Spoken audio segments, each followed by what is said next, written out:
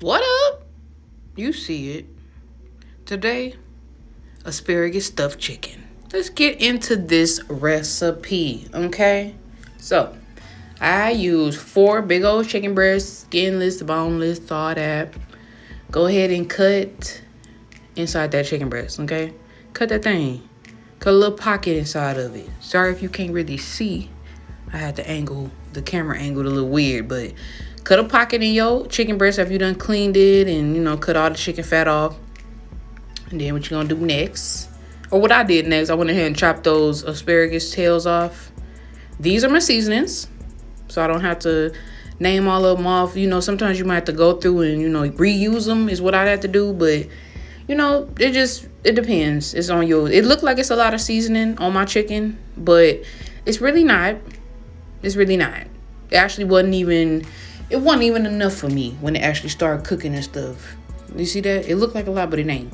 It ain't. Don't worry about that.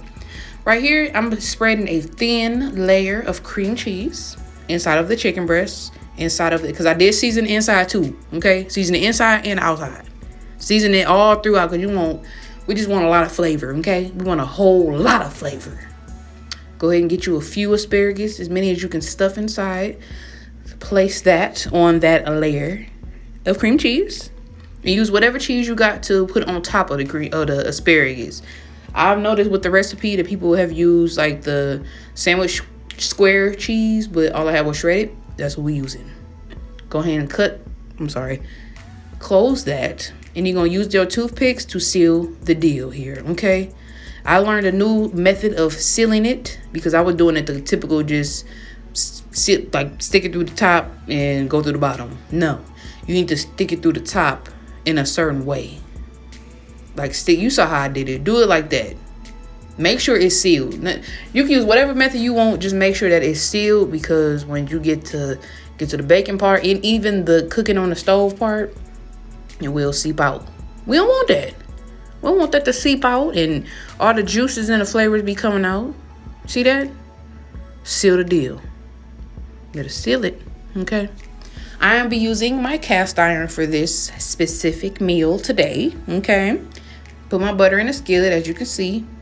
Just make sure I got it completely coated, completely buttered, and I will be consistently adding butter, so you will see that as I go along.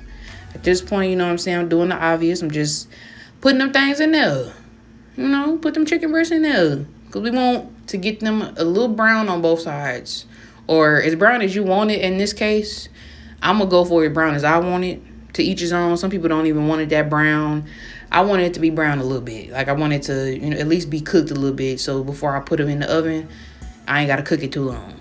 At this point, minced garlic, and I did say minced garlic on top because I love garlic, of course. Once I got it, a little bit brown on one side, I flipped it.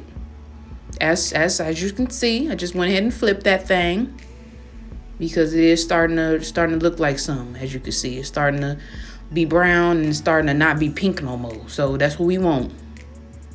I am gonna add some more butter because it will dry out fast. So I want it to be juicy. Add some butter here on any crease that I can, because in a little bit I'm gonna be throwing this thing in the oven. Okay. So yeah, just let it cook, y'all. Let it cook. Let it do its thing. You ain't gotta really, don't worry about it too much. You want to make sure it don't overcook, of course, but let it cook. You see that? It ain't that pink no more. And at this point, see that butter sizzling on the bottom? I already did that. Now I'm putting the butter on the top because I'm about to throw it in the oven. So I put a little thing of butter on top of each chicken breast.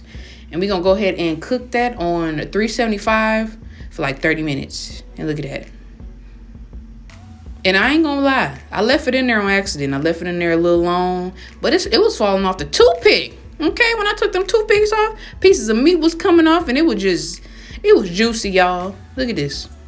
You see that juice glistening? You see it. It was delicious.